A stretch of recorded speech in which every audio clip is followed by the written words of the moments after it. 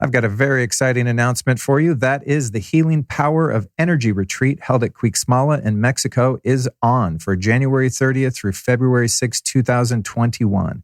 It's a 7-night transformative retreat fusing ancient healing wisdom with advanced modern technology. It'll be led by Dr. Rashid Buttar, Dr. Jerry Rivera DiGenio, and Robert Slovak. And I'll be there live streaming, recording, covering the whole thing.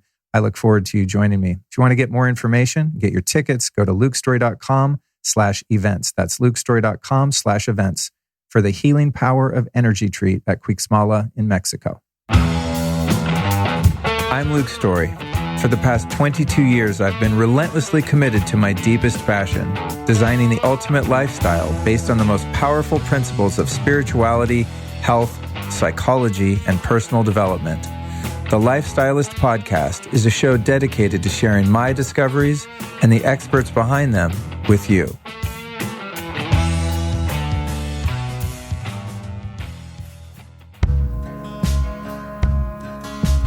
When it comes to health and biohacking, I always recommend getting back to nature. However, for some of us, that isn't always possible. And when it comes to getting healthy doses of red light from the sun, that can be very difficult to do based on the time of year, where you live, and the fact that that red light really only happens in great intensity at dusk and dawn. So sometimes it's hard for us to get our dose of red light that way. Enter my friends over at Joovv.com. Now, natural light is critical for cellular health, and most of us just don't get enough of it. But with Joovv, I can get a full day's worth of healthy natural light in just a few minutes right here in my podcast studio or the one that I have in my backyard in the Zen den. I've got Joovvs all over the place, basically. The natural light from a Joovv supercharges your mitochondria in your cells so that your body can make more energy, or ATP.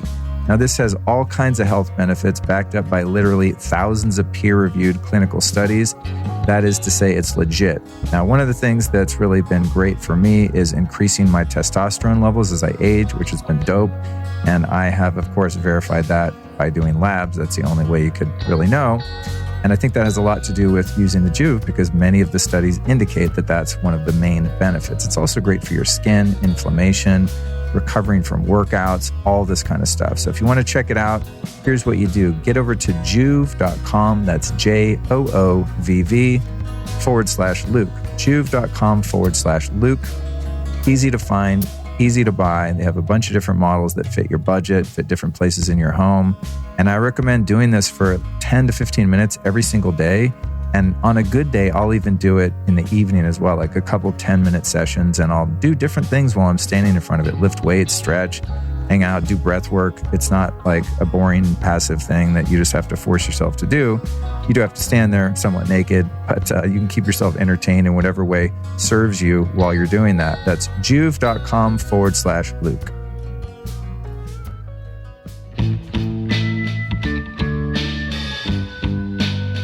Just when I think I've discovered every herb and supplement in the known universe, another one comes along and gets my attention, and I would be talking about our friends over at Sovereignty.co.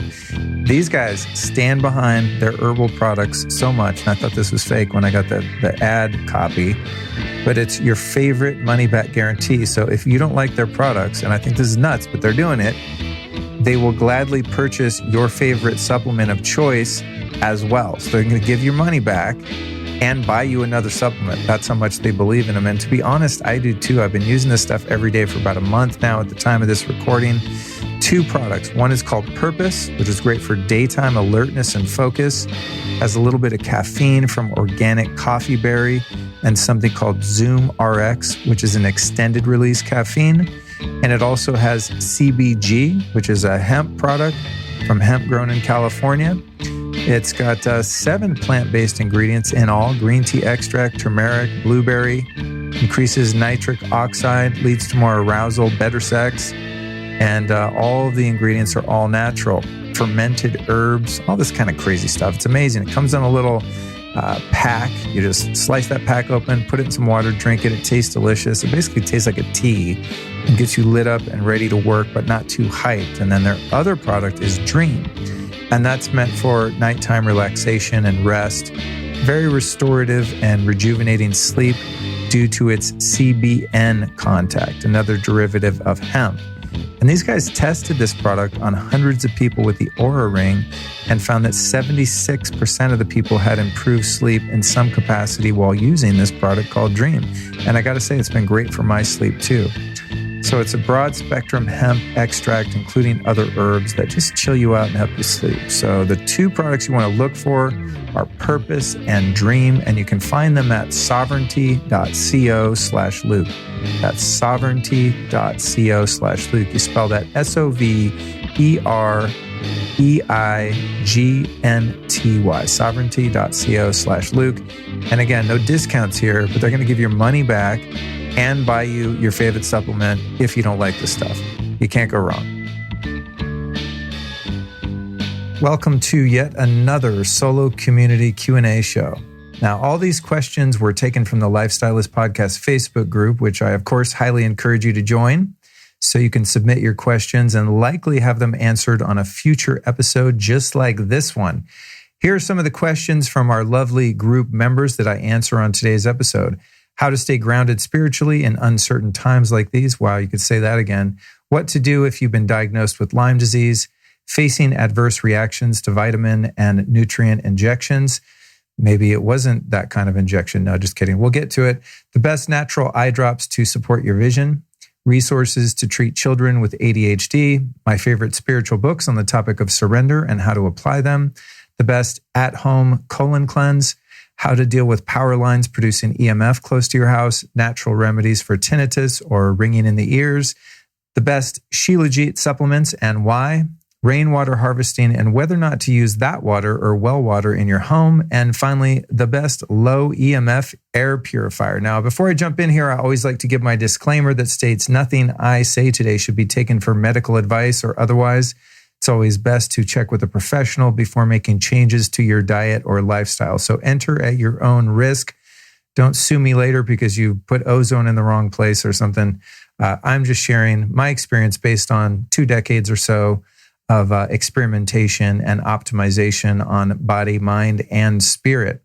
Now, in addition to the Lifestylist Podcast Facebook group, I've got a lot going on Instagram. So I encourage you to follow me over there at Luke's Story. That's LUKESTOREY. In fact, if you were following me on Instagram, you'd be watching this right now, hopefully on Instagram Live. And I'm just going to say, hey, what's up, Instagram Live?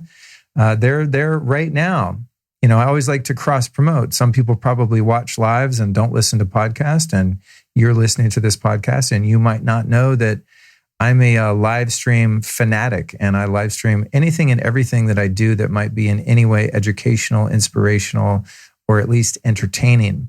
Speaking of entertaining, next week's episode, Spiritually Sassy, How to Dance with Your Shadow and Free Yourself from Suffering with my friend Sa DeSimone.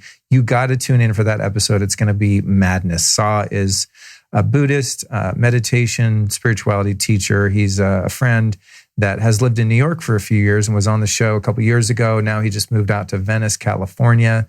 So we've been spending more time together, and why not just record some of that time and make it a podcast? And that is, in fact, exactly what we did. And if you subscribe to this show, you'll catch that this coming Tuesday, again with Sa DeSimone. Okay, let's go ahead and jump into the questions from the Facebook group. The first one is from Brinn. Hi, friends. Any tips on staying grounded spiritually during this ridiculous time? I like how she phrased that. I'm a new mom and find myself worrying about different things that could happen to my daughter as a result of whatever the heck is going on right now, i.e. forced vaccinations, lack of human connection, a masked society, etc. So thanks for the question, Brinn. And thank you for caring about your daughter and being a great mom. I think that question speaks a lot to your character and what your goals are. And in today's climate, I think staying spiritually grounded is really the only hope we've got. I mean, listen, kale is not going to save us on this one. Green smoothies, it's not enough, or whatever your thing is. Mine would be like great grass-fed beef from Belcampo. Whatever your thing is that you're trying to do for your body, all the biohacking, all that stuff. It's all fun and games, and it's novel and interesting, and it's great to have vitality and longevity in your life and to feel really good. Like hopefully most of you listening to the show do on an ongoing basis. But the spiritual part of life is all there is to life, in my estimation. So that's a great question. And in the times that we face right now, it is very difficult because there are so many forces seeking to derail us from our place of centeredness, right? And whether they're doing that on purpose or if it's just inherent to the chaos we see in the world, I find now more than ever, I have to stay committed to my spiritual practices. So I'm going to give Brinn here some basic advice on how to stay in your spiritual center. The first one, and this is advice literally like I'm going to look myself in this camera right here on my webcam and go, Luke, listen back to this episode and do this shit yourself. I'm giving myself advice here. Put a limit on your doom porn exposure.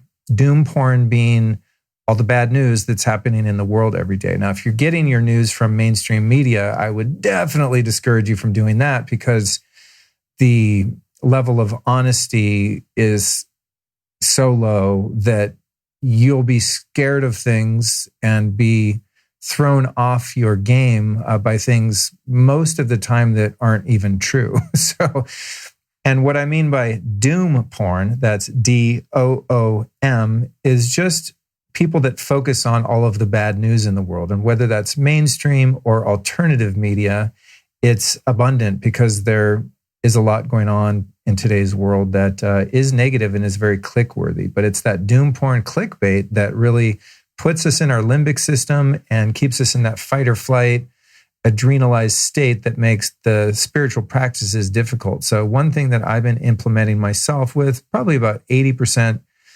success is before I look at anything on my phone, I meditate and do my breath work and my morning routines.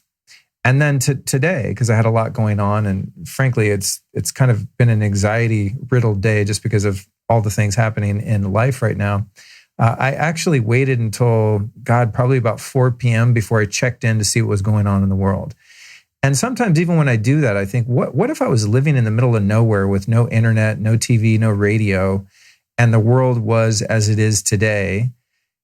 It's like, would I really be missing anything? Because what am I going to do about masks and the COVID scam and, social unrest and all the things that are going on? I mean, in my experience, all that one can really do is to elevate their own consciousness and radiate love and compassion and the things that you cultivate within your own spiritual life out into the world. And that is, in fact, the most productive you can be in many cases. Now, there are people that get into activism and all that stuff, and there's different ways you can spread the love. But my personal method is producing content that's going to educate and uplift people. So do I need to even check in with the news at all? Probably not, because most of the things that I'm upset about and afraid about, I have very little to no control over changing. So whether or not it's like the side that I agree with that I'm following, and I'm like, yeah, we're right, I'm right, or it's the side that I don't think is right, it doesn't really do me any good in my personal life. So I would say, Brinn, the first thing to do would be to limit your exposure to the media, whether it be mainstream or alternative, and only do brief check-ins. And if you find yourself doing a lot of refreshing and getting that dopamine hit on all of the doomsday prophecy going on, it might be a good idea to limit that. Next one is meditation. There are, of course, thousands of ways to meditate. One of the ways over the years that I found to be most effective was Vedic meditation. And I did that for a good 8 years. And now I find myself, I go through different phases as we go through different levels of development. Spiritually, our consciousness aligns with different methods and modalities. For the past year or so, I've been really into the guided meditations of Joe Dispenza, which you can download on his website. And I do those on most days. Also, I have a software app called NuCalm. It's NuCalm. I've done a show on it with a guy named Jim Poole a few months ago. He's going to come back on because they have some new developments I'm really excited about. But NuCalm is an insanely great meditative, restorative software. It's called neuroacoustic software, and it puts your brain into alpha and then theta and takes you into a really relaxed place, even if you're kind of freaked out. So NuCalm is just absolutely I don't know what I'd do without it. It's insanely powerful and amazing. The good news about NuCalm is they're introducing a new purchase model, which is based on subscription. NuCalm used to be, $4,500 or something. So it was prohibitive to most people. Most people aren't going to pay that much for an app and some software. But they're launching, probably by the time this comes out, a new model where it's, I forget what it is exactly, but it's a monthly fee of say $40 or something like that. And you're good to go. So it's turned into a membership thing rather than a one-time purchase. So I'm really excited about that because it's going to be more accessible for people. A similar type technology, but different because it uses lights and these crazy little goggles that you wear with headphones is called BrainTap. It also uses sound frequencies to entrain your brain into different states. And that's a really great way to meditate or just change your mood if you so choose to. I've also got something on my wrist right now for those of you watching the video version of this. It's called the Apollo. See if I can open the app here and show you guys on the video. Those that are listening to the podcast, forgive me. Oh, it's not going to open because I turned the Bluetooth off, so I can't show it to you. But it's called the Apollo. I did a recent show with a PhD neuroscientist and psychiatrist by the name of Dr. David Rabin, who's the inventor. He spent about 6 years doing clinical trials and studies on this thing called the Apollo, which is a wristband that vibrates at various frequencies and has the ability, I know this sounds crazy, but it's just true, to literally put you in whatever mood you want to be in. So there's a setting for open and social. There's one for focus, for working. There's meditation. There's one to relax. There's one to help you sleep, etc. And so I've got this thing on all the time, and especially when I need to get grounded into my higher self and, get down with some deep meditation, I'll often stack a lot of these different things together. I've even put on like multiple pairs of headphones and listened to a Joe Dispenza track while I'm doing the NuCalm, with the Apollo on and God knows what else, inside the hyperbaric oxygen chamber, my OxyHealth chamber in the backyard. So I do whatever I can to relieve stress and calm my ass down and make sure that I remember who and what I am, which is a spirit traversing this earth plane in a body, a protoplasmic physical body that has been lent to me by creation. And that body might, be issued a forced vaccine. This body might be imprisoned because I talk about the forbidden information on my podcast. I mean, I'm talking about like worst doomsday scenario, right? The body that lives in this country we call the United States of America might be harmed because the country gets overthrown by fascists, in little black hoodies. Like, who knows? You know what I mean? It's funny in this country, the fascists call themselves anti-fascists. I find that so weird. But anyway, that's another conversation. But all these negative things could happen to the body. But when I stay centered spiritually, then I know that no harm can come to me because what I am is beyond the body. So any device or any technology or anything one can do to align themselves with their higher self, their true self, is going to limit their reaction to the world around them and enable one to be able to wear the world like a loose garment, to be in the world but not of the world. This is the goal. And trust me when I say I'm not perfect at this, but I've been at it for a couple decades now, and it's getting better. I'm getting better at being non-reactive. And what helps are all of these different practices. So a couple more that would be great for you, I think, Brinn, to perhaps explore. I'm sure you've explored some of them already. Another one that you probably haven't explored is called the Rasha, Rasha. I recently did a recording on that down at Quicksmala, and it'll be coming out in the next few weeks. I can't even begin to explain the Rasha because it's so next level, but if you just look it up or find the link in the show notes and do some research, it is an incredible device that is used to elevate consciousness. They're quite expensive and not really even available for the public to purchase. So most people that own them are private owners that are healers or people that own healing clinics, consciousness clinics, meditation studios, that kind of thing. So the Rasha is definitely something you're going to be hearing a lot about from me because I was really impressed in the couple sessions that I did. Next one is Kundalini Yoga. You can do that online at Rama TV or 9 Treasures Yoga. And then breathwork, which is part of the Kundalini Yoga tradition, although they don't call it breathwork. It's just one of the many thousands of Kriya that are included in the different Kundalini Yoga sets. If you want an entry-level way to start doing breathwork, Wim Hof has an app you can download. I believe it's called the Inner Fire app, and it's a guided breathwork. And I do breathwork just about every day, especially if I'm feeling off my center. if I'm experiencing any kind of waves of depression or anxiety, if I'm not just feeling super happy, grounded, strong in my power, breathwork is a great way to make that happen. Next one is getting outdoors, man, especially getting sun. And if you know how to sun gaze safely, I would recommend sun gazing at dusk and dawn to balance your neurotransmitters and hormones and to put you in a really great mood. If your circadian biology is on point, it's much easier to stay grounded spiritually. And while you're at it, when you're outdoors, literally stay grounded. Get yourself some Earth Runner sandals that are grounded sandals, or go barefoot if you can do so safely. And it's also really important to be grounded when you are doing your sun gazing, which again, don't just try to do it. Learn how to sun gaze and then do it at dusk and dawn as often as possible. But it's really important to stay grounded because there's an electromagnetic reaction between you, your eyes, your skin, the earth, and the sun. And it's best to be grounded because, of course, that's how we've evolved naturally over time. The next one is to avoid blue light at night to help, again, keep your neurotransmitters balanced. You want the perfect balance of melatonin, cortisol, and all of the derivative neurotransmitters that come from those substances in your body. And if you're up late at night with a bunch of bright lights on, you are going to jack up your mood big time, not to mention your sleep. Next, focus on gut health for the same reason. And then finally, and certainly not the least in terms of priority, would be making quality sleep your number one job. A couple things I do to help facilitate that is I use a thing called the OOLER. They also have a device called the ChiliPad, which keeps the mattress underneath you cold and helps you sleep deeper.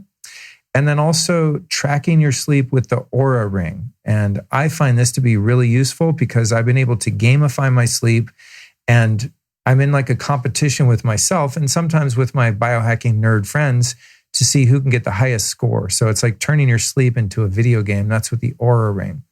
I would recommend, however, if you use the Oura Ring, to definitely keep it on airplane mode while you're sleeping, because it does, its connectivity does use Bluetooth, but you don't have to have it on to collect the data. So you can turn the Bluetooth off, wear the ring when you go to sleep, wake up in the morning, put it back on the charger, and then you can sync it to your phone to get your data. And that's going to show you how much deep sleep, how much REM sleep, sleep onset, restfulness, optimal times to go to bed, your temperature, your HRV or heart rate variability, all that kind of stuff is going to be given to you by the Oura Ring. So that's a couple tips on how to get sleep. But whatever you do, make the room cold, make the room super dark. Don't use your devices after, 8 p.m. or after dark. Start to read, wind down, make love, get some cuddles, do all the things that relax your nervous system and prepare you to get good sleep. And that is the best way to set the foundation for your spiritual practices. Spiritual practices, in my experience, are much, much harder to keep up with, and it's much harder to go deep when you're sleep deprived and not resting and restoring your mind and body. Okay, next question from Samantha. She says, hello, smart people. And I love that she thinks people in the group are smart. Many of them are. That's why sometimes I go to answer these questions and I just skip certain ones because they've been answered so expertly by the people in the Lifestylist Podcast Facebook group. So she says, I've been diagnosed with long-term Lyme and I'm looking for ways or products to help me detox without ingesting supplements. I'm already doing that. Any suggestions? Thanks. Samantha, first off, my heart goes out to you.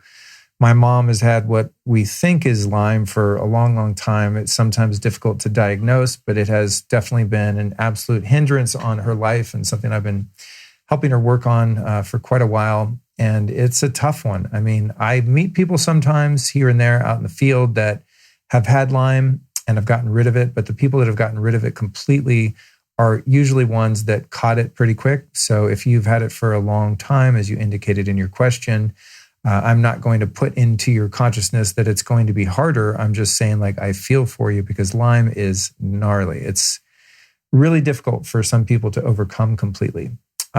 Based on all the years I've been doing this and all the research I've done for my own dear mother, is energy medicine. And the first thing that comes to mind is something called the AmpCoil, which you can learn about at depth on episode 98 and 173 of this very podcast. I'm going to be doing another episode on the AmpCoil soon because the last ones I did were a couple of years ago and the technology has advanced further. and they're helping even more people with Lyme.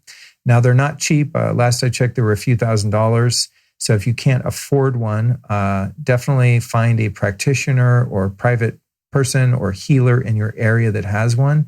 If I had Lyme right now, that's the first thing I would do, is I would find an AmpCoil and I would start using it every single freaking day and do all of the Lyme protocol. And I've met many people personally, face to face, that had long-term Lyme, tried everything, nothing worked. They started using the AmpCoil and they fixed it straight up. Like, I've asked people, like, one-on-one. When I used to go to the AmpCoil summits up in Tahoe, I mean, there would be people getting up on stage constantly talking about how they got rid of their Lyme with the AmpCoil specifically. And I would go up to them afterward and be like, did you really? What happened? You know, and they tell me their whole story. And it's like, God damn, this thing works. And essentially the way it works is through PEMF, or pulsed electromagnetic frequencies. It's a Tesla coil, essentially, that's connected to an amplifier, which connects to a tablet that has a number of different software programs on it. And within the software programs are different frequencies that neutralize pathogens in your body, especially when they are transmitted through your body on a cellular level using the toroidal field of the pulsed electromagnetic frequency, or pulsed electromagnetic field, using the PEMF. So they take different Rife frequencies, made famous and some discovered by Royal Rife. Many people know them as Rife frequencies, and the AmpCoil delivers them through your body, your bones, every organ, etc., using that high-powered amplifier and the magnet. So it's pretty magical stuff. Next recommendation would be to look into going to Dr. Rashid Buttar's clinic in North Carolina. I was just in Mexico with Dr. Rashid for a week, hanging out, doing another podcast, which will come out soon. And he was telling me they have a lot of success with Lyme in his clinic. He told me that personally. And I have a friend that has cancer right now, unfortunately, and he's considering seriously going to that clinic as well. It's one of the most cutting edge alternative clinics in the world, and it just happens to be in the US, which is really cool. Next one you might want to look up is Dr. Frank Shallenberger. He's got a clinic up in Reno, and Shallenberger's done a lot of work with ozone. He's a pioneer in ozone therapy and treats a lot of people with Lyme. The other one is Dr. Klinghardt. Dr. Klinghardt is, I believe, based in Canada. Don't quote me on that, but he's world-renowned as someone who is the go-to guy to help people heal that are seemingly unhealable. However, from my understanding, it's difficult to get a spot with Klinghardt because he's so highly sought after and so popular and world-renowned. But he's one of the people that I would definitely at least start to study if you have Lyme, because he's really made a lot of headway with it. One thing I know about him is that he won't even start to work with someone until they have shielded their bedroom of all EMF. So over his many years as a clinician, he discovered that he would be working with people. He tried everything that he would normally work for him to heal someone of all kinds of different things that are supposedly incurable. And then he would discover that they had really high EMF levels in their home. And so he would, eventually cease working with people that wouldn't first be willing and able to fix the EMF in their life. So I'm going to give you that advice, Samantha, to definitely, look into the levels of EMF in your home. Mold is also something that is often, hand in hand with Lyme. Sometimes they're often mistaken for one another. Someone will think they have Lyme and it's actually mold exposure, and vice versa. So, Dr. Rashid Buttar, Frank Shallenberger, and Dr. Klinghardt are people that are all very cutting edge and knowledgeable about all these different pathogens and alternative modalities with which to heal them. And then again, I'm going to give a shout out to the Rasha. Again, difficult maybe to get one yourself, but you might be able to find a practitioner or owner of the Rasha. And the website for the Rasha will, of course, be in the show notes. And I'll probably link to it on my site soon when I do the episode with its inventor, Dr. Jerry Rivera. The Rasha is incredible. I mean, if you look on their Instagram right now, it says, reversing autoimmune, Lyme, Alzheimer's, autism, cancer. Like, it says that on their Instagram. And if you know anything about the FDA and making medical claims, people are very hesitant to make medical claims. And I don't know if it says treat, heal, what verbiage they use exactly. But I've heard, like the AmpCoil, anecdotally, many stories of the Rasha having incredible results with people with all sorts of different issues. And another thing I'll add about Dr. Rashid Buttar's clinic in North Carolina is they now have a Rasha machine there. And Rashid told me that they use it in their practice for just about everyone that comes there ill, especially people with cancer. I didn't ask him about if they use it with Lyme, but I'm guessing they probably do because like the AmpCoil and the biocharger and some of these frequency or energy medicine devices, one thing that the Rasha does is transmits different healing frequencies into your body using a scalar field or magnetic field or inert noble gases and what's called a plasma chamber. Really geeky stuff, but this is all going back to Nikola Tesla technology, suppressed technologies. These are devices and modalities that the medical establishment does not want you to know about because if they work, they're out of business. You know what I'm saying? If you get healed by energy medicine, you don't need drugs anymore. And that's a really bad business model for big pharma. Every time I talk about big pharma, I'm thinking, man, they're going to kick me off the internet. But it's just true. I'm going to go down fighting, man. I'm going to go down espousing what I believe to be true at any given moment. So that's what I would recommend for our dear friend Samantha with the Lyme issue. Next up is Carly. And Carly says Luke referenced eye drops that he used to help his vision when he was having problems with it. And I can't recall what they were. Does anyone know? I'm in need. Yes, Carly, I was doing some Russian peptide drops in my eyes. I don't have the name in front of me because on the bottle it's in Russian. And although I am maybe 1/8 Russian, I don't speak or read the language. I found out about them from one of my peptide geek friends, and I was able to find some of these drops on eBay, and they did help a lot. Now, I know that's not helping you, but hold tight, I will. Because they were from eBay, I felt a little bit sketched about them. You know, when you're putting something in your eyes, it's not like you want to experiment with some bootleg shit. So, I mean, they helped my eyes. They felt great, but they were also kind of expensive and, difficult to really vet the sellers on eBay of these Russian peptide eye drops. However, when I was recently again at Quixmala, I was there with Dr. Buttar, Dr. Jerry from the Rasha, and also Dr. Robert Slovak. And Slovak is the guy that brought Quinton minerals, Quinton sea minerals, to the US. They were invented by a man named Quinton, who was French. And these are a diluted and purified sea mineral solution. And Robert Slovak, who, of course, is coming on the show soon. Well, he's been on the show. His episode's coming out soon. And we talk all about water and water purification, filters, RO, distillation, bottled water, plastic, deuterium, hydrogen, all the things. It's like going to be the be-all, end-all of water shows.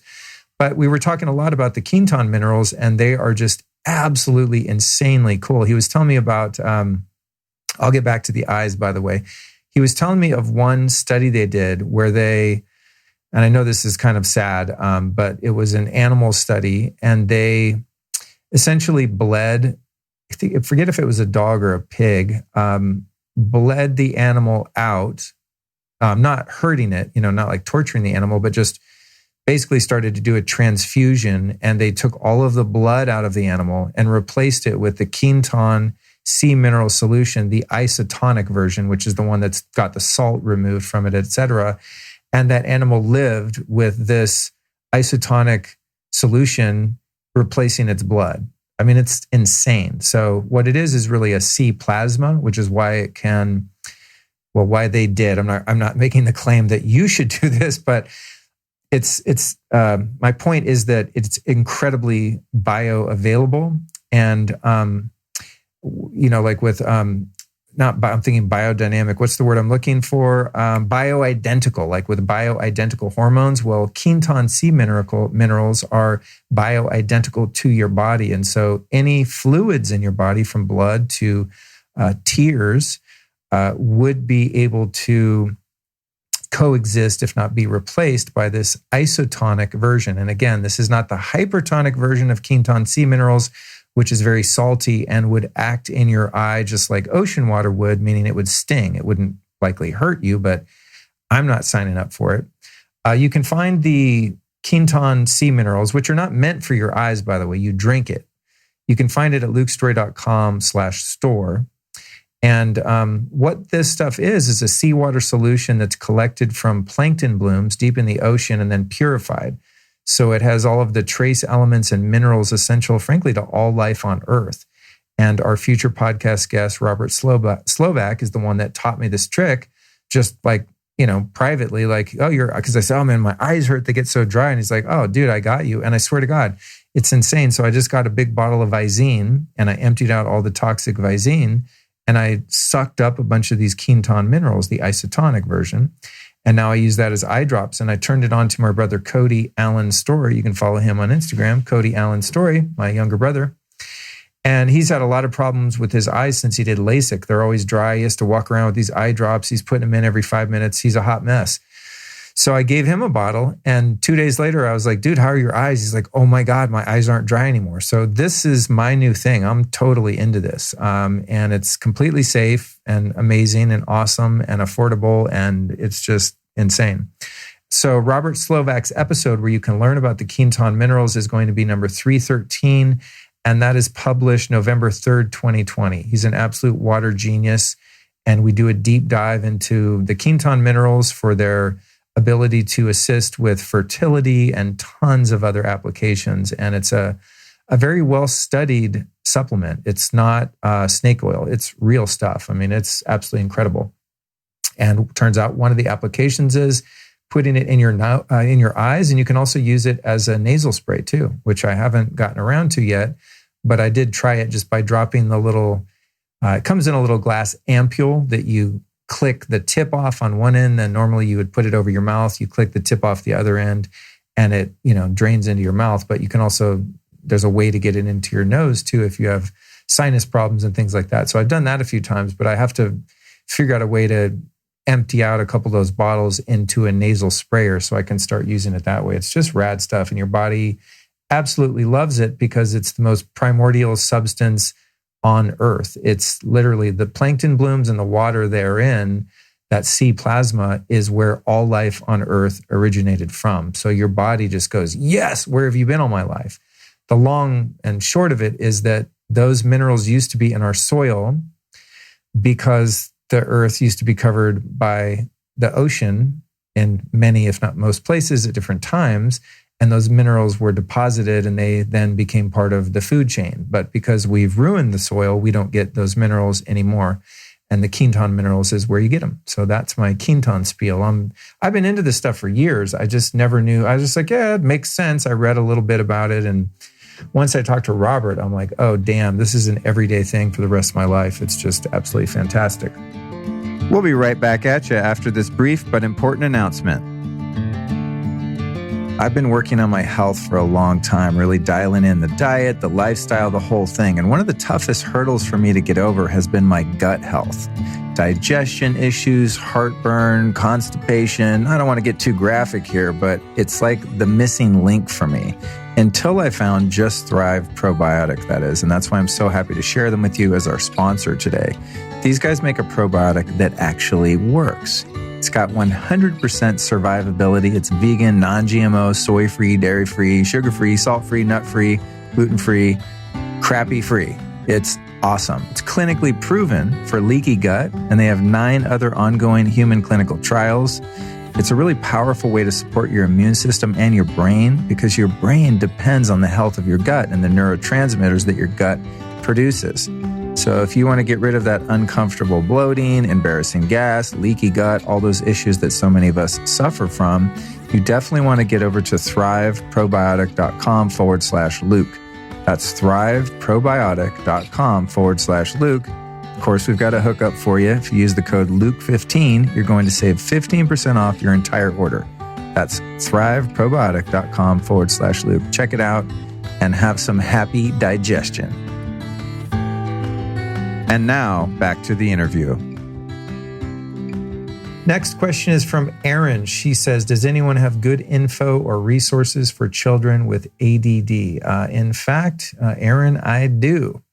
And the most effective natural treatment I'm aware of is called neurofeedback. And I've done a lot of this training myself to help actually with my focus. I've never been diagnosed with ADD or ADHD, but I have had issues with my brain over the years for a number of different reasons, EMF exposure, drug abuse early in life, etc.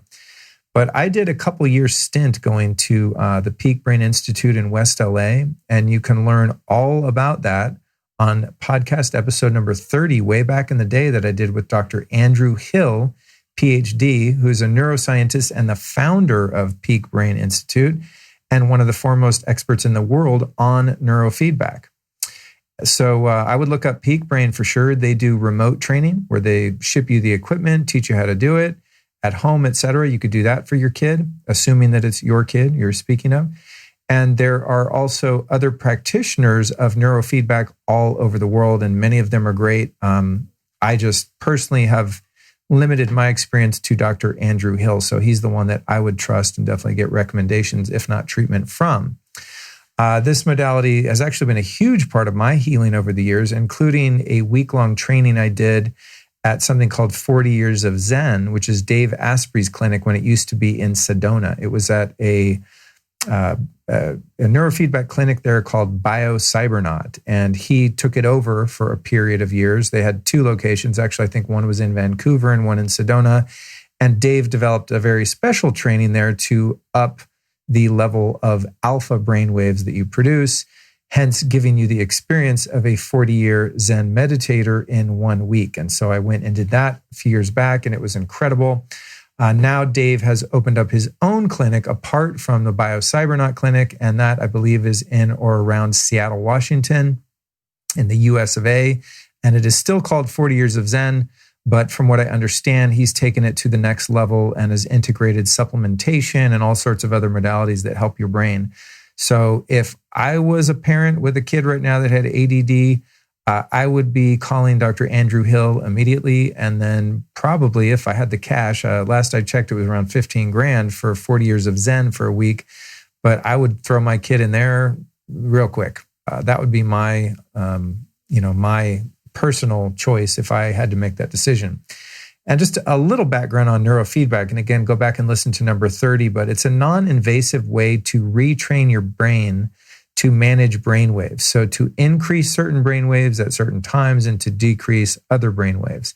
So you essentially teach your brain how to behave like you want it to by getting hooked up to all these electrodes that read your brain waves, and then essentially doing what looks from the outside like watching a video game. That's how most neurofeedback is. So there's a visual stimuli that you're paying attention to that then causes your brain and your brain waves to respond in a certain way. And that feedback, that biofeedback mechanism, is what teaches your brain to up-level or down-level certain brain waves. And that's how it has such a profound effect on not only ADD and ADHD, but is also extremely effective for PTSD. In fact, it's one of the most effective things for PTSD, especially for veterans. Many veterans have used and continue to use neurofeedback as a means by which to recover from that post-traumatic stress disorder. It's also great for mood, memory, focus, and just high performance, which is why I was doing it. The first rounds of neurofeedback I did at Peak Brain LA improved my sleep scores by like 40%. I mean, it's insane. It's a very, very cool and very well-studied and valid alternative therapy. So I'd look into that. Next question is from Penelope. She says, this is a funny one, kind of, not really, because Penelope suffered, but just the way she worded it. She said, I had a B12 shot at the pharmacy yesterday, and I usually feel great afterward. I feel like they gave me a flu shot instead. I'm like, oh my God, I don't even want to know what a flu shot feels like, but I bet it feels horrible. And she said, the receipt says B12, but this feels really crappy. Anyone else experience such a thing? And so my answer to this is kind of a non-answer. I'm just like, wow, that sucks, first off. And I've never had any adverse reaction to injectable nutrients, with the exception of doing NAD IVs at Next Health here in LA. And it's not adverse in the sense that I feel sick or feel like crap, as Penelope has indicated. But when you get an NAD IV, it can really cause your stomach to kind of cramp up. It's a lot of energy for your body to take on all at once. But other than that, I've never had an adverse reaction to any injectable nutrients whatsoever. So I can't speak to that. Even when I do my own NAD,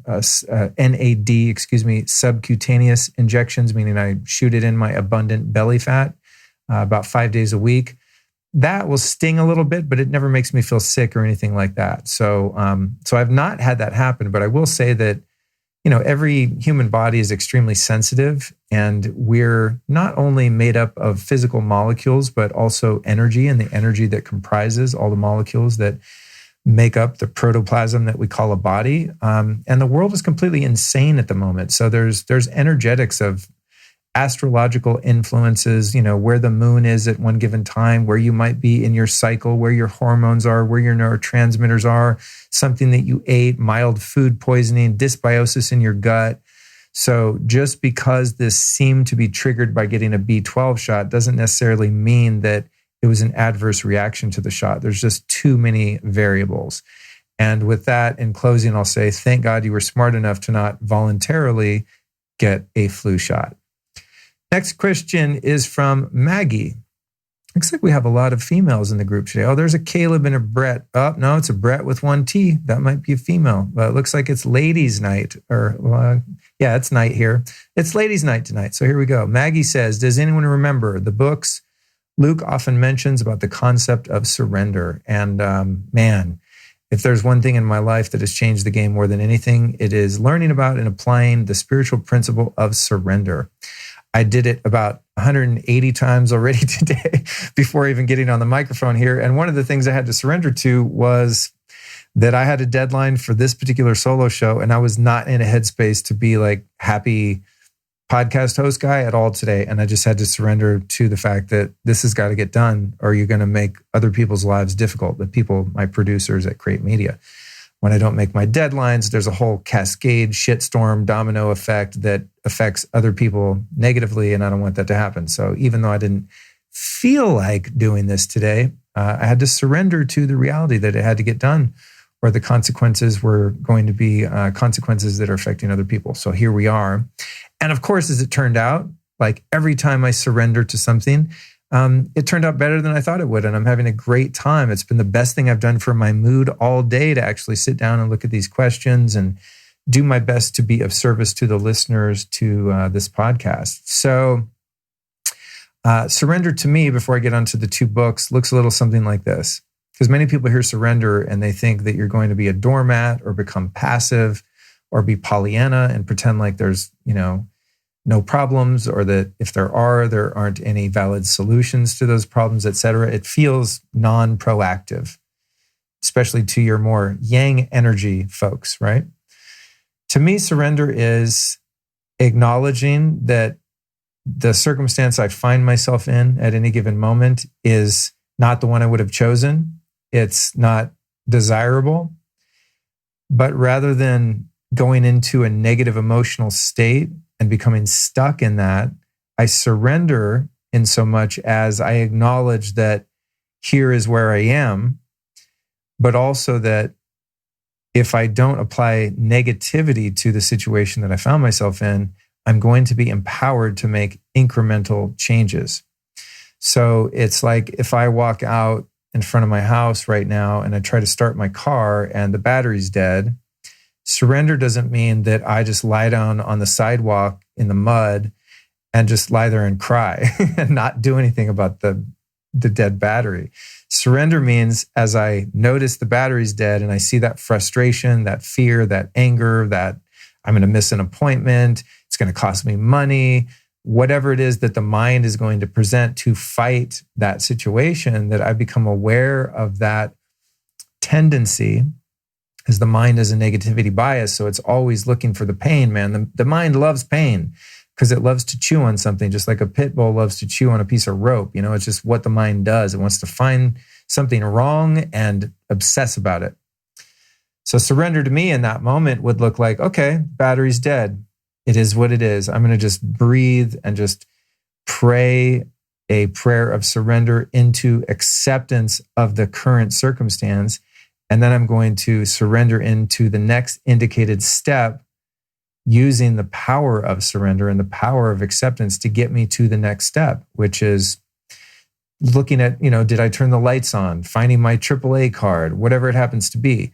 It's not about just sitting there and accepting a situation that is harmful to me or less than something I would desire. It's about going, okay, this is where we are, accepted, noted, I surrender, what's next? And that's a really, I would say kind of a vapid example of that, and that like, big deal, your battery's dead. I'm talking about, I have cancer, or my kid died, or, I was injured in a war, something that really, really affects you fundamentally and changes your whole life. But the thing about it is I've been through a lot of shit in my life, especially earlier on, and surrender is the only thing that got me out of it. So surrender as a spiritual principle is the key to all enlightenment and the key to all self-realization.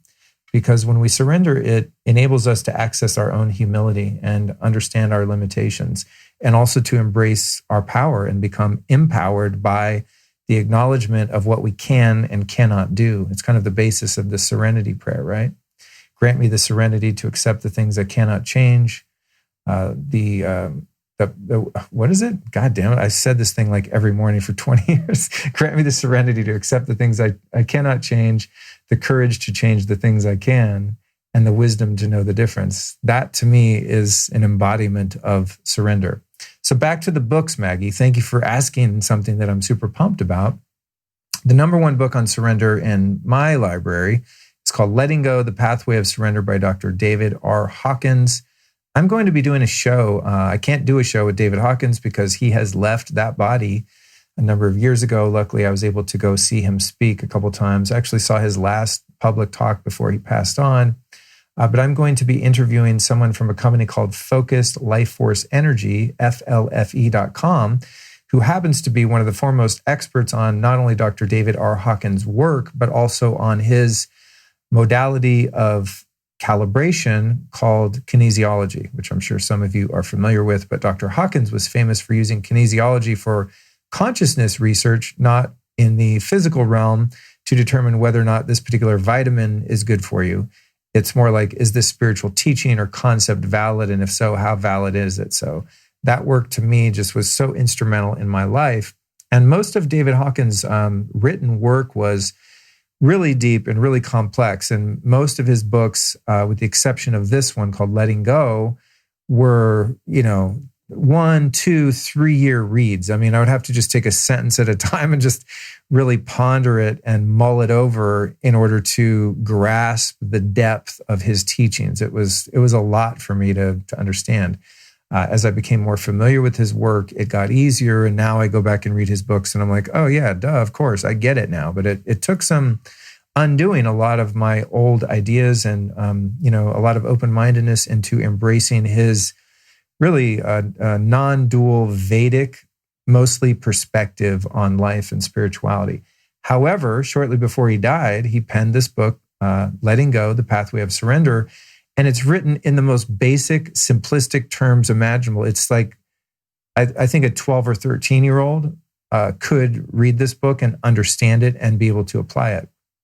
And it's really about learning how to fully experience all emotions, sensations, feelings in your body, in your heart, in your spirit, in your mind without resisting them. So it's an instruction manual on how to contextualize and embrace emotions that we might perceive to be negative or unpleasurable, uncomfortable, etc. And it really is one of the most powerful spiritual books I've ever read in my life due to its simplicity and to the potency and depth of its message. Because what it essentially is informing us is that it's the resistance to what we perceive to be pain or negativity that causes it to persist. And by spiritually bypassing those lessons and those experiences, we actually build patterns that facilitate the repetition of those negative feelings and experiences. So if we don't go through that experience, which we find to be challenging, we're inviting it to be part of our life experience from here on out. And so that book is so critical, in my opinion, for anyone that wants to learn how to walk through the shadow and to walk through discomfort with grace. And even, I'll go so far as to say, a sense of humor, which to me, a sense of humor equates to humility. If you ever meet anyone that's very serious, you know that they're very invested in their ego. Something I learned years ago. And think about people in your life right now. Just think of someone who's really serious. They're just enshrined in ego. And that's not a judgment like, oh, I'm not because I'm so light and funny. I was very serious for a very long time because I lacked humility. I lacked the ability to acknowledge my own shortcomings and my own frailty. And frankly, as a human being on earth, my own stupidity. You know what I mean? As brilliant as any of us are, we're still limited by the human intellect. And so that book is just a great synopsis of what it means to be a conscious human being and how to overcome difficulties with the least amount of fight. The other amazing and very different book that I have in my library is called The Surrender Experiment by Michael Singer. And this is an amazing book, but much different because it's really a memoir or a parable or life story about how this man started surrendering to anything and everything in his life. And it led him on this incredible mission of success in every way measurable. And so it's just a great living example of what happens. That's why he calls it the surrender experiment, because anything and everything that was coming at him, it was just some incredible adversity. He just did this experiment where he went, I'm going to surrender to everything all the time. And this book is about how, as he surrendered, magic entered his life. And he was able to manifest the most incredible levels of success in all compartments of life, love, relationships, career, creativity, became a best-selling author, etc., and is just an incredible read. And a couple of years ago, I listened to the audiobook. This is maybe going back 3 years or so. And I had a situation in which I was having a hard time surrendering because I was in Colorado to do a gig in Aspen, this place called Aspen Shakti. And I stopped to visit my dad. And I believe what happened was I was out foraging some food, and I came across these abandoned beehives, and I got out a bunch of what do they call that stuff? It's called bee bread, and it's like this protein that's left over after the bees leave a hive. And so I was eating all this bee bread because I was like, score! I just got free bee bread, and then I got really, really sick. I mean, like deathly ill for the whole week I was there, including the night I did this talk at Aspen Shakti. And I think in hindsight, what had happened was that bee colony had probably collapsed due to glyphosate poisoning from nearby farms. And what happens then is a colony either collapses or they just get disoriented and they leave and they go infect other hives and collapse those. It's just part of the glyphosate disaster we have on Earth. Glyphosate's also known as Roundup, but there's no way I would have gotten that sick just from living my life. It was like the flu on steroids times 1,000. So here I am in Colorado. I'm Captain Surrender. I mean, this is the way I live my life, is surrender and acceptance. For years and years and years. At this point, it was probably 18 years I had been living that way. And I'm sick and I have a gig. And so I went and did this talk at Aspen Shakti, which I ended up airing on the show on episode 115. And I talked for probably 90-minute talk, maybe 2 hours, about my, at that time, 18, 19-year journey deep into the surrender process. And that's what that whole episode was about. So there you go, Maggie, with a couple great books on surrender, my personal perspective and experience with it, and also a podcast you can go refer to if anything that I shared about my relationship with surrender resonated with you. Again, that was episode 115. And for everyone listening or watching on YouTube, anything and everything I mention on any Lifestylist podcast episode can be found in the show notes on your podcast player or at lukestory.com. And next up, let's take a question from Elisa. She said, what is the best at-home colon cleanse? Now, I've been a fan of colonics for 20 plus years. The kind that I prefer is called a gravity colonic or a Kalima board because they're the most thorough, gentle, and natural. Getting a colonic where someone sticks a water hose up your ass with that kind of pressure, I don't find to be very comfortable.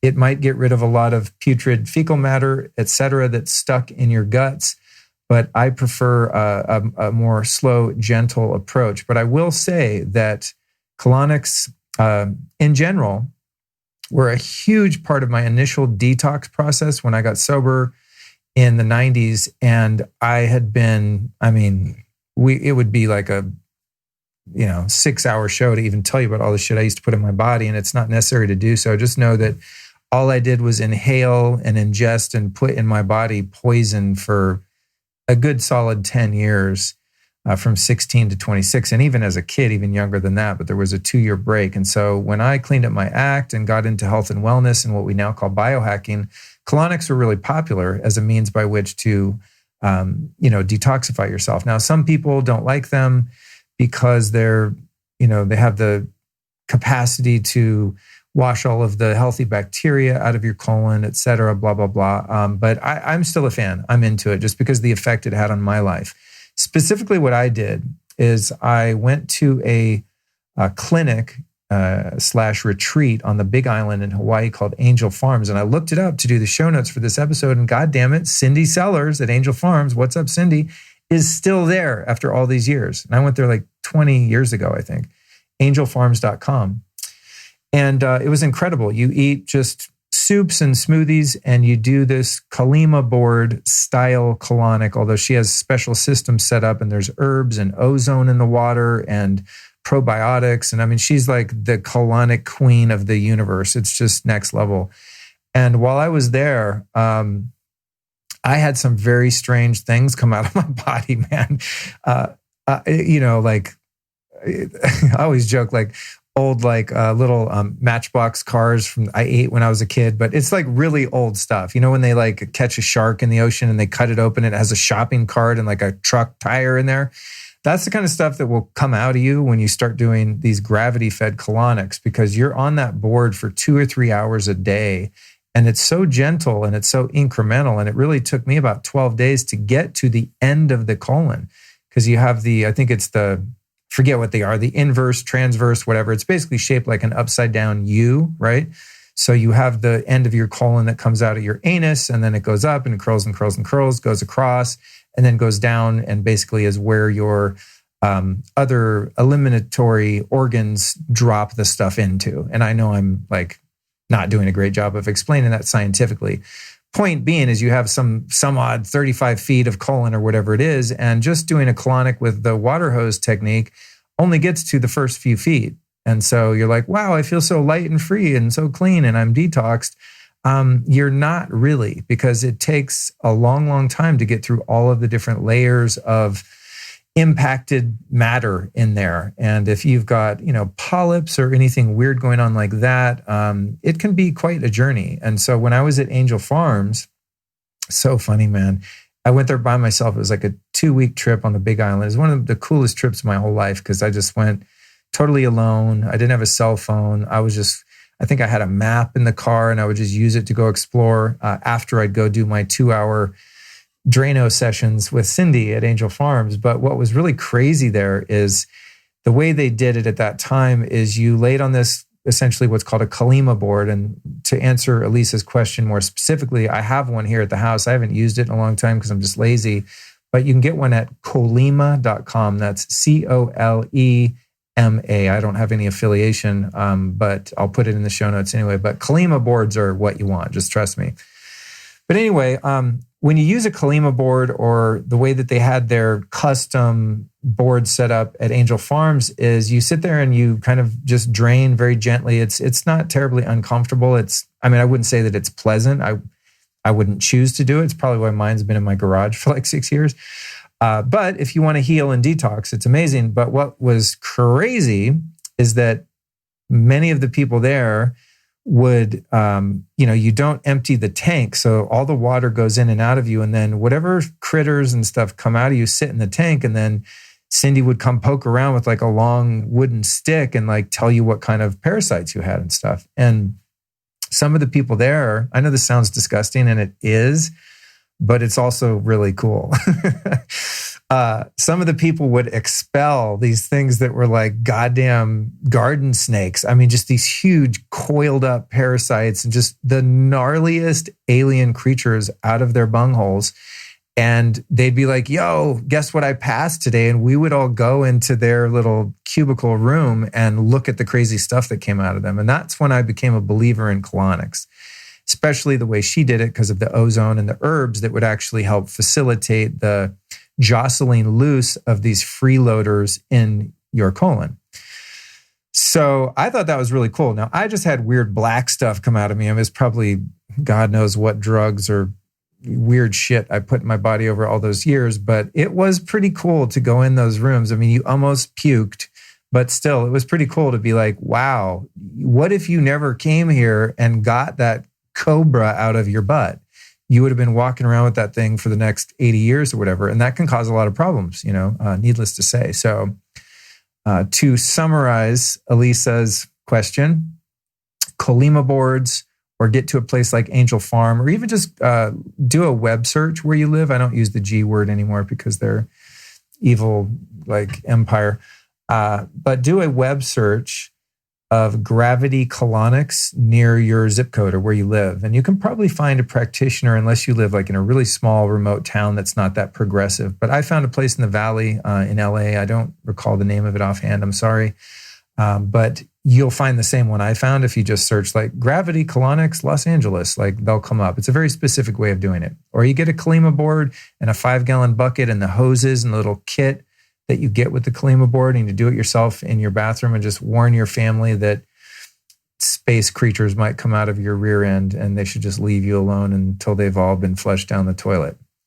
Next question is from Stefania. She says, I feel like the group may have guidance. I'm looking to deciding on an apartment that has power lines running close behind the bedroom windows in the balcony area. Is this dangerous / EMF producing?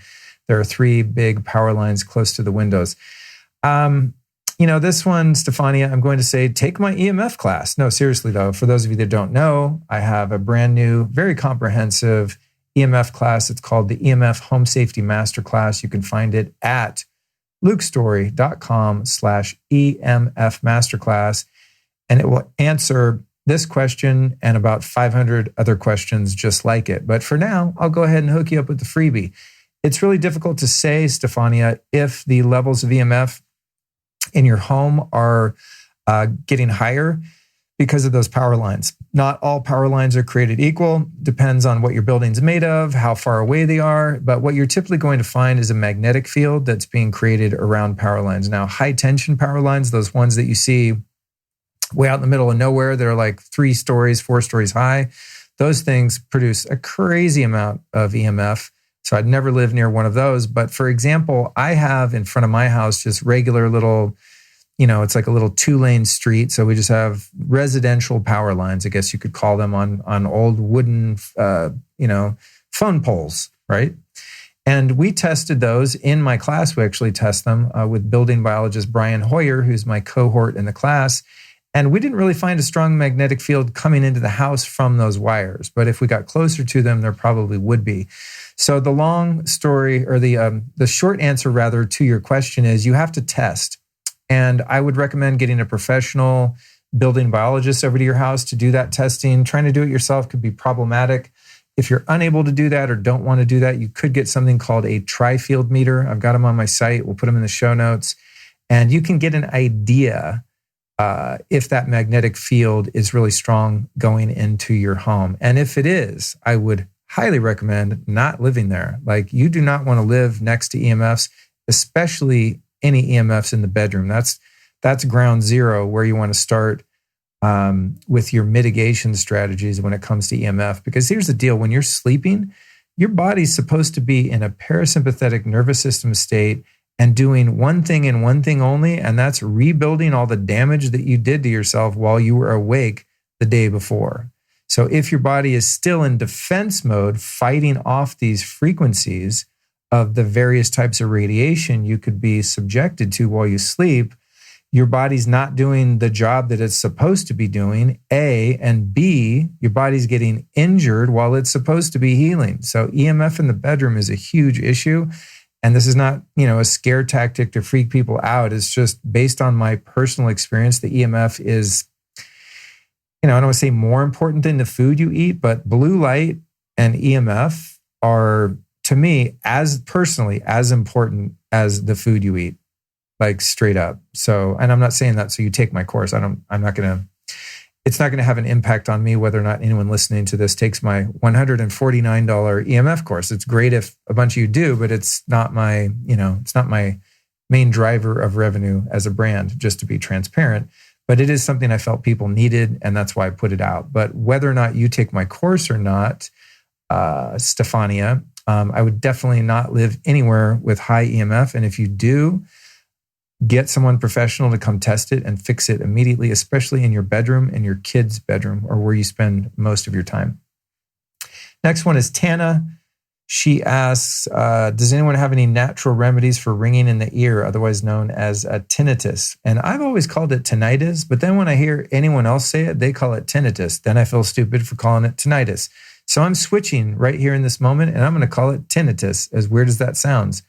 And my answer to this one is, drum roll please, I have no goddamn idea, Tana. My ear right now is ringing like somebody just hit a goddamn crash cymbal in it, or one of those Chinese gongs, and it's just like, whee, and it doesn't stop. And it would drive me crazy if not for this one solution. The solution that I applied to this until someone goes into the quantum field and comes back with an answer in the form of a technology, supplement, modality, practice, etc., is I just ignore it. I don't talk about it. I don't think about it. I don't ask questions about it. I don't give it any energy. And as long as I don't give it energy, I'm able to ignore it and forget about it.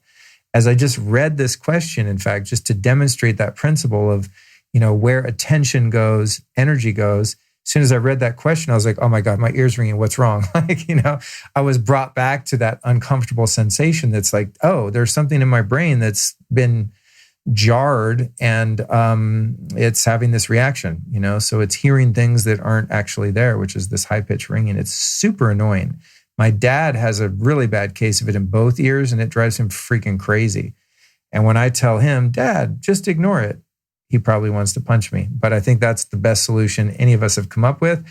I'll close that question by saying, if there's anyone listening to the show that knows a legit, now I repeat, legit way to ease the tinnitus, please let me know. Hit me up on a DM on Instagram, join the Facebook group where these questions came from. Let us all know in there. Tag Tana when you get in the Facebook group.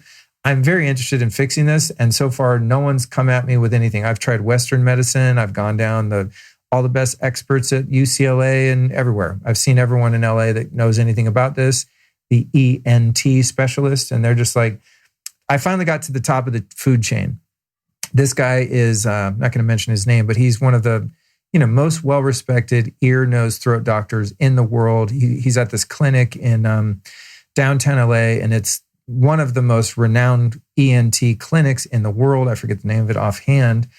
And I went there and saw him. I did some hearing tests. I did the things. I was very hopeful and ambitious about solving this problem. I went a couple times, and finally, on the second or third visit to this world-renowned expert, he was like, what I think it is I think you drink coffee. And I said, well, yeah, like there's a bear shit in the woods. And he said, I think it's the caffeine, just knock out the caffeine and your ear will stop ringing. And I'm like, even if it was the answer, I would never do that. Coffee's too delicious. But that's as far as I got with it, unfortunately, for all of us, Tana. So keep searching. Someone let me know if you find out a better solution. Next one's from Caleb. Anyone here supplemented with Shilajit as a mineral supplement? Seems really interesting, and I am curious to try it for my mineral supplementation. Shilajit is something I've been using for, I don't know, between 10, probably 10 years or so. And I use it just about every day. I love it. For those of you that want to give it a shot in a non-gross way, you could get some from Pristine Hydro. They make a powdered version of Shilajit with Triphala, which is another great complementary herb out of the Ayurvedic system, I believe. And speaking of Ayurvedic system, that is where the Shilajit comes from, although it is also sometimes part of the Chinese medicine. The Russians use it.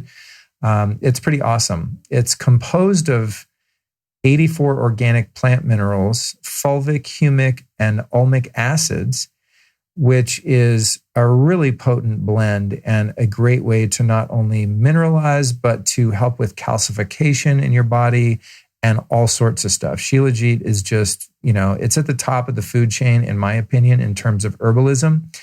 Now, I had some of the pristine hydro powder, and I like it. It's great. And I would just recommend just make your life easy and get that. But I bought a few kilos of the tar. It's like a real thick tar. I mean, it literally looks like tar like you would find on a railroad track. That's what untreated, unadulterated Shilajit looks like. And I bought a few kilos, like these big tubs of it from a private source of someone I connected with in Siberia, I want to say 4 years ago, and I still have a huge tub of it. It's just, you use so little at a time. But the reason that I don't typically buy the tar versions of it now, A, is because I have a bunch of it left.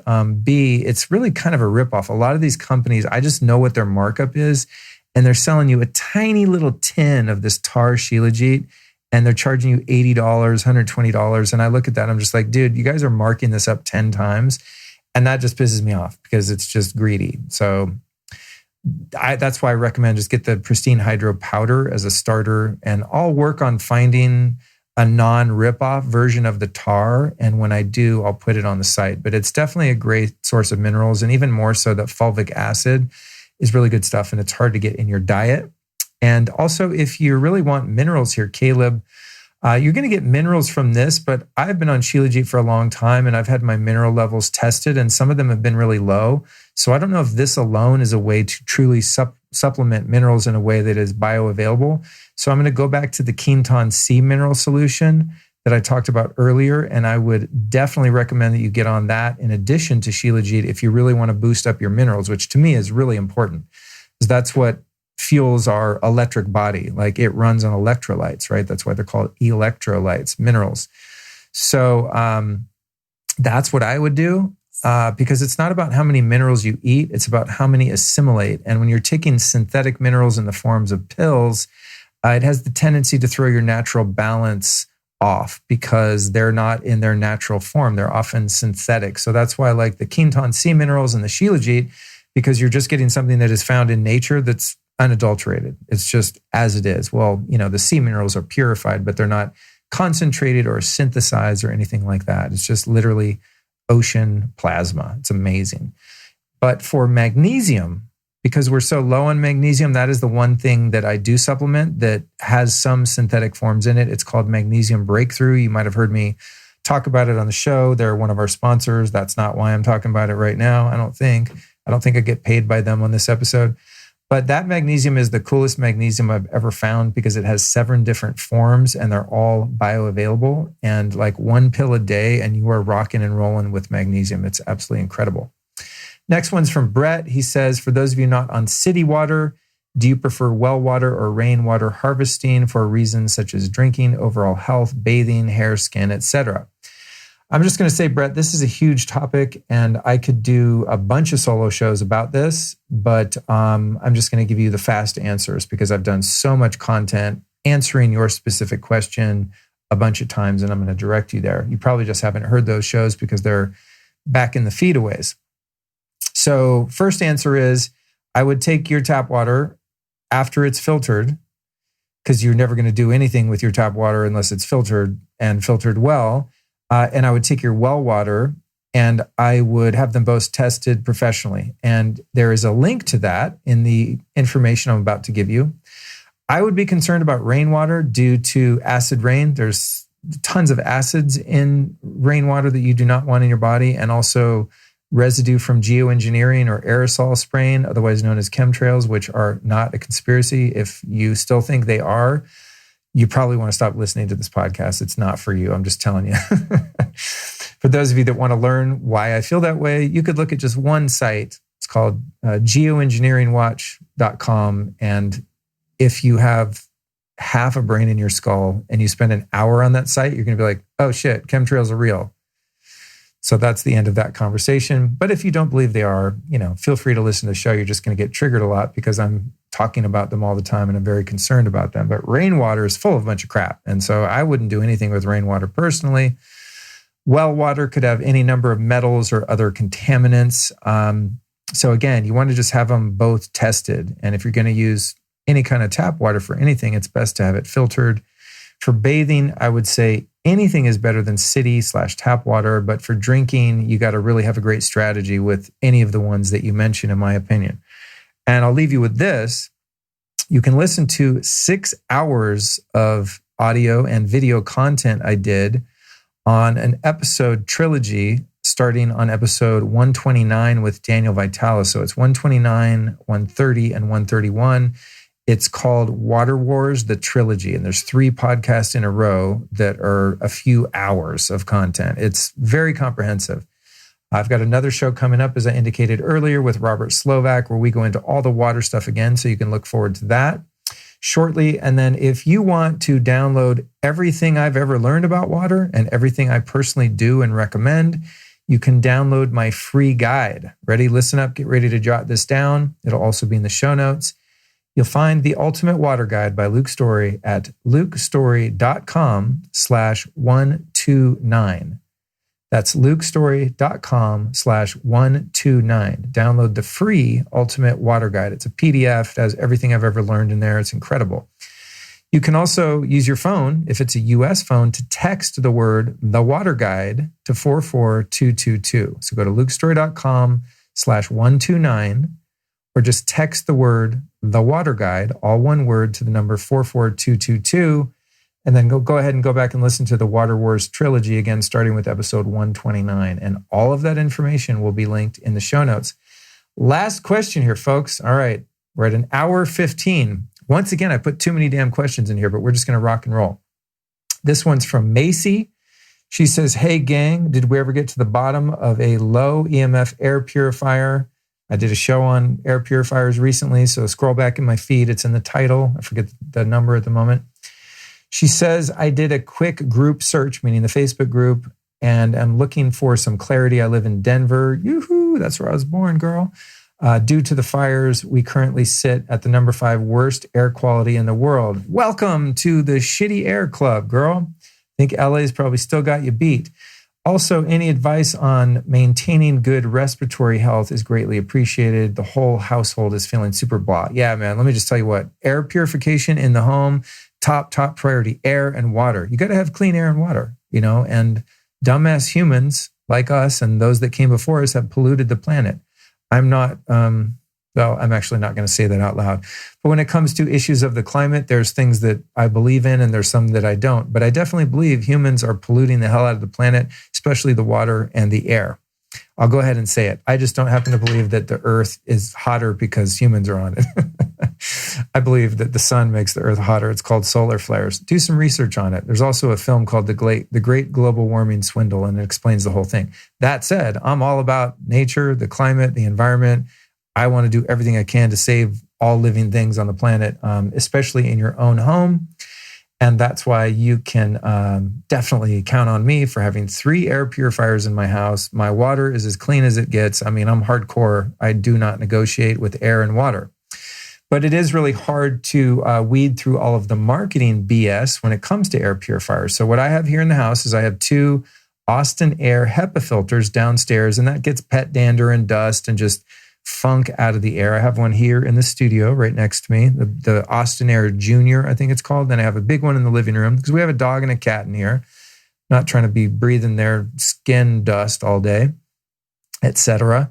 And then in the bedroom, I found what is finally the most badass air purifier I've ever owned, and it's called the Air Doctor. And I love this thing. Super easy to clean. It even has auto mode, so if your air is dirtier, the fan turns on higher. It's got an indicator when it's time to change the filter. The filters are cheap and affordable. And best of all, it even has a button that lets you turn off the blue light on it. It's called the dim mode. So at night, it doesn't jack me up with the old blue light. And a lot of technologies suck because they make a bunch of blue light on their little LEDs. So heads up to Air Doctor. And you can find the Air Doctor on my site and in the show notes. But what I like about it is not only does it have a HEPA filter, which gets out the big particles like my Austin Air, all the dust and dander and all that, but it also filters out mold, bacteria, and viruses, which is super cool. So it's creating a really clean air. And that's why I keep it in the bedroom, because when me and my lovely Allison sleep, I want us to be breathing the cleanest air possible. Now, in terms of Macy's question, she wants one that doesn't have EMF. To me, I don't really care about the EMF on the air purifier, because I don't keep it next to the bed. It's like way across the room. Now, if it has Bluetooth or Wi-Fi, that's a problem. But the Air Doctor does not have Bluetooth or Wi-Fi. You just plug it in as an on and off switch. So when it's on at night, it's producing, I'm sure, a magnetic field, within a couple feet, probably an electric field within a couple feet, but it's probably, I want to say, 6 to 8 feet away from my feet at the foot of the bed. And I could even put it further if I measured it and it had EMF, but you shouldn't have anything plugged in anywhere near your bed anyway, ever. We keep our cell phones on big, badass batteries. Actually, for the YouTube folks, I'll show you mine. I have it sitting right here. Forgive the racket. Those of you listening, it's called RAV Power, RAV Power. And it was probably, I don't know, over $100 or something on Amazon. And this bad boy powers our cell phone. So I turn off the circuit breakers in our bedroom at night. I mean, the lady wasn't that excited about this, but she loves me, so she's willing to put up with my hijinks. I got her one of these batteries. And so we both plug our phones into a freestanding battery, but still keep them way over on the nightstands, because even plugged into a battery, there's going to be a little bit of a field created by the battery itself. That said, the point is, it doesn't really matter what air filter you get, as long as it's a good one in terms of the EMF, because you're not going to keep it by your bed if you're a loyal Lifestylist podcast listener and you take my warnings to heart. So that's what I would recommend there. Macy, thank you so much for your question. And thank you to everyone for your questions. This was kind of a doozy of a solo show, man. I always think that the questions are going to be fast and I can put 10 of them in there. And every time I'm like, well, there's actually more to the answers than I thought. So thank you so much for joining me. If you made it to the end, I really appreciate you. And again, I'd encourage you to join the Lifestylist Podcast Facebook group and also follow me on Instagram, which is where I spend most of my time on social media. I do tons of stories. And as I said, I'm live streaming this conversation right now. And what I just noticed that's weird in this moment is that Instagram is still going. They must have extended the time for which they allow you to broadcast a live. That's so interesting. Good for you, Instagram. If anyone Instagram is listening, good job, because it was super annoying when Instagram lives would end at 60 minutes and then I'd have to reach over and restart it in the middle of a live podcast. So follow me on Instagram and you'll get to watch all of the episodes and interviews and everything I do live stream all the time. And it's a really fun place for me to interact with people. And I like to get to know the people that listen to the show. And when people interact with me on Insta, that's how I learn about y'all. So please do that. Again, a shout out to our upcoming episode this Tuesday with Saadi Simone, Spiritually Sassy, How to Dance with Your Shadow and Free Yourself from Suffering. That is one of the most fun and funny, freaking hilarious ass shows I've ever done. So please tune in and check that out. Simone's a good friend and amazing guest. Let's go ahead and thank our sponsors. We've got Juve that do the incredible red light therapy. I've got one sitting next to me here. I just demonstrated it for our friends on Instagram that were curious. And you can find your Juve red light therapy at juve.com/Luke. That's JOOVV, juve.com/Luke. Enter the code Luke at checkout and you get some kind of a free gift. I don't even know what it is, but it's better than not using the code Luke at checkout, I'm sure. Next up, our friends at SirThrival.com. If you've listened to any of the former episodes with my friend Daniel Vitalis, he is the founder of SirThrival, and he is no stranger to the best health products in the market. When you get over to SirThrival.com, my top recommendations right now would be the colostrum powder. That stuff is freaking amazing, dude. I use it in my coffee every day. It's just out of control. And then, of course, the pine pollen, which is great for testosterone production for men and women, by the way. They've got an amazing CBD that's very bioavailable and also a CBD product for pets that my pet eats every day. So SirThrival is just super, super high vibe, high integrity company, the best products ever. SirThrival.com is going to give you 10% off if you use the code STYLE10. Our last sponsor on today's episode is Just Thrive. And speaking of my pet, Cookie, my little dog, I give her the new Just Thrive probiotics every day, 1 capsule, and man, she's doing really well. I give her, what do I give her? I give her the Surthrival CBD, the Just Thrive probiotic. I use the Ion Biome, Zach Bush's product, which is a fulvic mineral thingy that helps seal the gut lining and heal the gut and helps protect against glyphosate exposure, etc. And what else do I give her? There's one more thing. Oh, it's the C60 from 360 Health, Ian Mitchell's company, who was on the show. It's a C60 molecule. So my dog is hella biohacked, and Just Thrive helps make the gut health possible. You can find that and the human probiotics and many other great products at justthrivehealth.com. If you use the code Luke15 at justthrivehealth.com, you're going to save 15%. And with that, my friends, I think we're done. Thank you so much for joining me on today's solo episode, number 305. I'll be back at you on Tuesday with Saadi Simone. Cheers.